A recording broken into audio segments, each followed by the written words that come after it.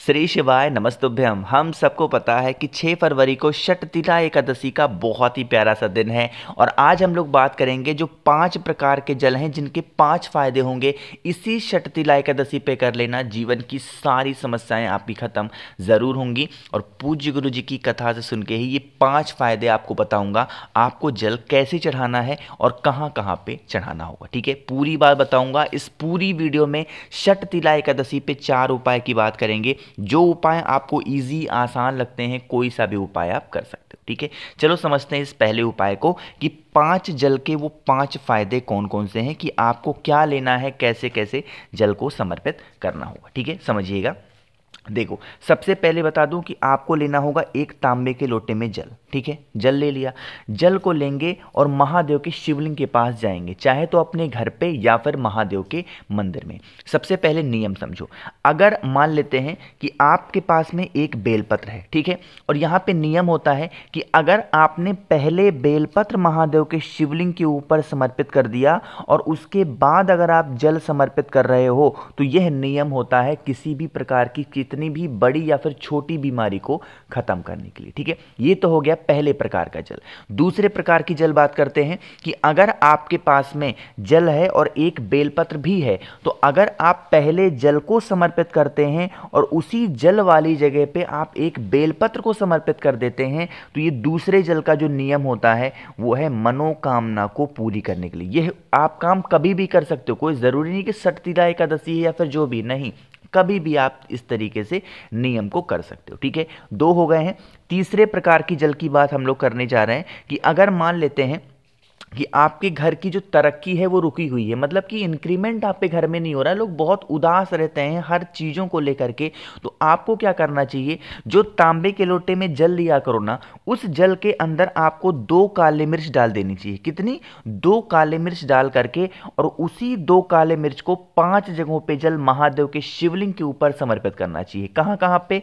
सबसे पहले जल भगवान गणेश के स्थान पे, फिर भगवान कार्तिकेय, फिर आपको माता अशोक सुंदरी, फिर आपको यहाँ पे कटी भाग, और बचा हुआ जल महादेव के शिवलिंग के ऊपर। जो भी व्यक्ति काले मिर्च को डाल करके इन 5 जगहों पे जल समर्पित करता है, उसके जीवन से सारे कष्ट खत्म होते हैं। ठीक है, हमने कितने प्रकार की जल की बात कर ली है? 3 प्रकार के जल की बात हमने कर ली है। ठीक है, आगे बढ़ लेते हैं। अब हम लोग चौथे प्रकार का जो जल होगा उसकी बात हम लोग करेंगे। ठीक, देखो, अगर मान लेते हैं कि आपके घर में कोई भी ऐसा इंसान है जिसकी मनोकामना पूरी नहीं हो रही है, तो आपको इस चौथे उपाय को ज़रूर फॉलो करना चाहिए।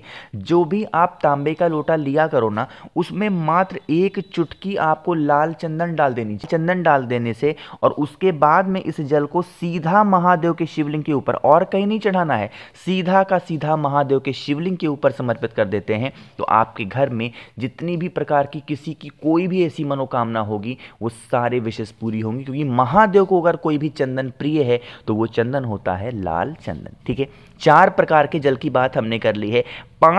जो 5वां प्रकार है उसकी बात हर बार गुरुजी अपनी कथा में बताते हैं। ठीक है, एक आपको तांबे के लोटे में जल लेना चाहिए और इसी जल के अंदर कोई भी अनाज का दाना, जो भी आपके घर में हो, चाहे गेहूं हो, धान हो, बाजरा हो, जो भी हो आपके घर में, अनाज का दाना डाल करके और उसके बाद में 5 जगहों पे जल समर्पित कर देता है, उसके घर में कभी भी बीमारी प्रवेश नहीं करती है। हमेशा उसके घर में खुशियां बनी रहती हैं, पूरा परिवार उनका हमेशा तृप्त रहेगा, कभी भी बीमारी घर में प्रवेश नहीं करेगी। ठीक है, तो यहाँ पे हम लोगों ने 5 प्रकार के जल के और 5 फायदे की बात की है। ये जो भी मैंने प्रकार आपको बताए हैं, ये काम आप कभी भी कर सकते हो, किसी भी दिन कर सकते हो, कोई दिक्कत नहीं है, कोई प्रॉब्लम नहीं है। समझे आप? तो यहाँ पे हम लोगों ने पहले प्रकार की बात कर ली है।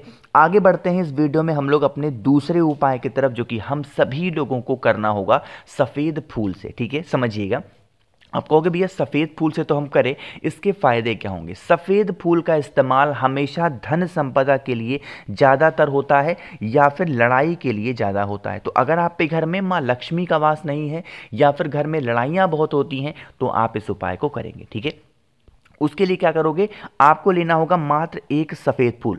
इससे ज़्यादा लेने की ज़रूरत ही नहीं है, सिर्फ एक सफ़ेद फूल जो भी आपके घर के आसपास में ईजिली हो। अब उसके बाद में एक तांबे का लोटा लेंगे जिसमें जल भर लेना है ना, और इन दोनों चीज़ों को लेके पहुंच जाएंगे महादेव के शिवलिंग के पास में।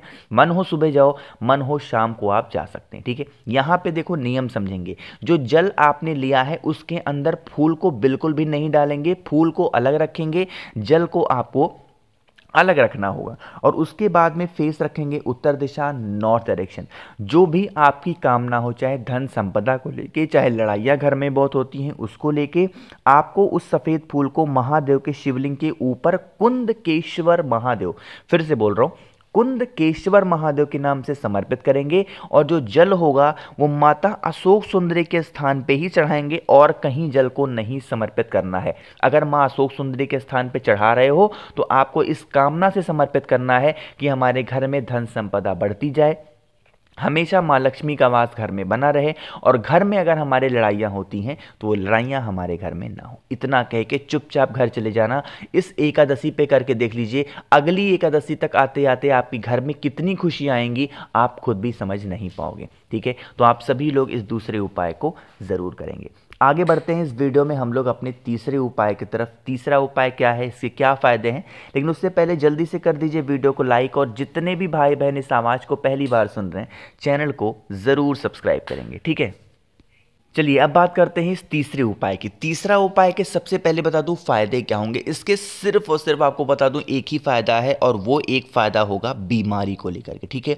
बीमारी आज के टाइम पे हर एक घर में पहुंच चुकी है, हर घर में प्रवेश कर चुकी है। इंसान सोचता है कि हमारे घर में भले ही पैसों को लेकर थोड़ी बहुत दिक्कत हो जाए, बट हमारे घर में कोई इंसान बीमार ना पड़े। मानते हो आप बिना? तो आपको क्या करना है, उसके लिए लेना होगा एक रुद्राक्ष। अब वो रुद्राक्ष कोई ज़रूरी नहीं कि जो मैं दिखा रहा हूँ यहाँ पे वही लेनी है, नहीं।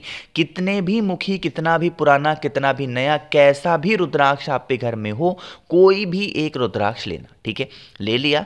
रुद्राक्ष को लेने के बाद में एक तांबे के लोटे में जल भर देंगे और इसी जल के अंदर रुद्राक्ष को डाल देना, ठीक है। डाल दिया रुद्राक्ष को। रुद्राक्ष को 30 मिनट तक यानी कि आधे घंटे तक डाल करके छोड़ देंगे, ठीक है।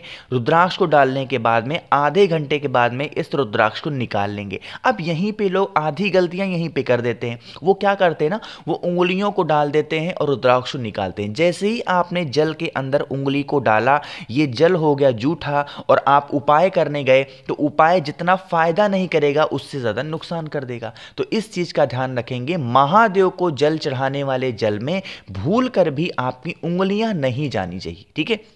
तो आपको क्या करना है, इस रुद्राक्ष को किसी चम्मच से निकाल लो, किसी लकड़ी से निकाल लो, बट उंगली का इस्तेमाल नहीं करेंगे, ठीक है। निकाल लिया रुद्राक्ष को, घर में रख देना, और उसके बाद में इस कलश को, इस जल को लेकर के पहुंच जाएंगे महादेव के शिवलिंग के पास में। सुबह दोपहर शाम रात कभी भी जाओ। फेस रखेंगे उत्तर दिशा, नॉर्थ डायरेक्शन, और आपके पास में जो रुद्राक्ष का जल है वो महादेव के शिवलिंग के ऊपर समर्पित कर देंगे। जल बहता हुआ जलाधारी से नीचे गिरेगा, इस जल को यहां से रोक लेना, ठीक है। रोकने के बाद में आपको वहां पे 3 शब्द बोलने होंगे। वो 3 शब्द कौन है, हर बार गुरुजी अपनी कथा में बोलते हैं, और वो 3 शब्द हैं, यहां पे मैं लिख भी रहा हूं, वो हैं स्वधा स्वधा स्वधा। और ये ऐसे ही नॉर्मल नहीं बोलेंगे, जल चढ़ाने के बाद जल में रोक लेना। जल को रोकने के बाद में 3 बार ताली बजाओगे, और ताली बजाते टाइम ही आपको 3 बार मात्र स्वधा स्वधा स्वधा बोल देना है। और उसके बाद में इस रुद्राक्ष के जल को, जो भी इंसान बीमार आपके घर में पड़ा हुआ है, काफ़ी दिनों से दवाई खा रहा है, मेडिसिन खा रहा है, नहीं ठीक हो रही उसकी बीमारियां, तो आपको इस रुद्राक्ष के जल को उसको पिला देना है। उसकी कितनी भी पुरानी, कितनी भी बड़ी बीमारी होगी, वो सारी की सारी खत्म ज़रूर होंगी, ठीक है। यहाँ पे हम लोगों ने 3 उपाय की बात कर ली है, एक बहुत ही छोटे से उपाय की बात और कर लेते हैं, जो कि आखिरी उपाय है। इस उपाय का सिर्फ एक फ़ायदा है, और वो है क्रोध, यानी कि लड़ाई झगड़े को ख़त्म करने के लिए आपको इस उपाय को करना चाहिए। काफ़ी लोग परेशान हैं, बहुत सारी बहनें मैसेज करती हैं, भैया मेरे हस्बैंड ऐसे हैं। बहुत सारे भाई भी मेरे मैसेज करते हैं, भैया मेरी वाइफ है बिगड़ गई है, ऐसे करती है वैसे बोलती है। तो आपको यह उपाय करना चाहिए, ठीक है। समझेंगे, यहाँ पे आपको दिख रहा होगा घी, तो आपको भी लेना होगा गौ माता का घी, ठीक है। लेना, और लेने के बाद में एक तांबे के लोटे में जल भर लेना। इस जल के अंदर घी को नहीं डालना है, सभी को अलग रखेंगे, फेस रखेंगे उत्तर दिशा, नॉर्थ डायरेक्शन। जो आपके पास में घी है उनको अपनी 3 उंगलियों से, जिस उंगली से हम लोग त्रिपुंड नहीं बनाते हैं, उसी 3 उंगलियों से माता के हस्त कमल पर आपको लेपन करना होगा आशुतोष महादेव के नाम से। किसके नाम से?